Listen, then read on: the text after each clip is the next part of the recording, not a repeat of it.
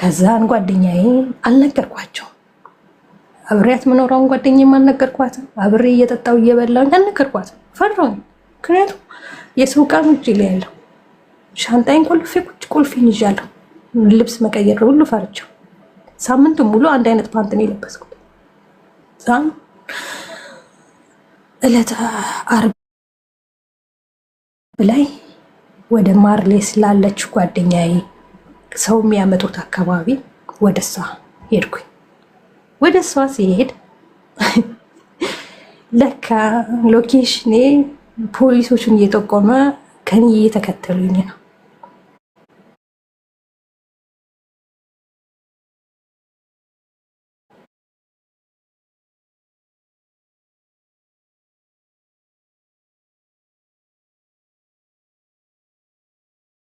ምን እንዳለ ከዛን ይዘሽ የወጣሽው ምንድን ነው አሉ።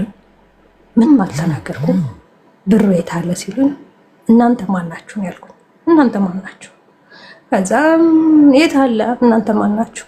መጀመሪያ ወደ ፖሊስ ጣቢያ ወሰዱኝ። ከዛ በኋላ ወይ መድኃኒት ጣልኩኝ። ወዲያው ወደ ፖሊስ ጣቢያ ሄድኩኝ። ፖሊስ ጣቢያ ሲሄድ እውነትም ፖሊስ ጣቢያ ነው ገለሽን የወጣሽው ብለው በደም የተጨማለቀ ጩቤ ያሳዩኝ። ግን እኔ አላረኩም። ጌታ እኔ እንትን ያልኩት ብሩ ብቻ ነው እጄ ላይ ያለው።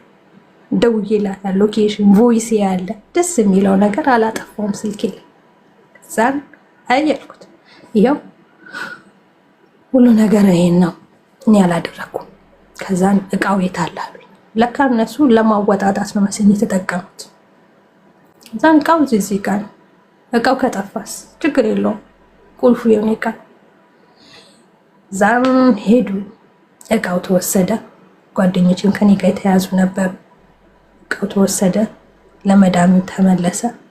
እዛም ወደ አምነላ መመለስ ሲገባኝ ጭራሹኑ ሌላም እቃ ጠፍቶኛል ብላ መጣች። ይህ ብቻ አይደለም እቃሽ የጠፋው አይደለም። ከዛም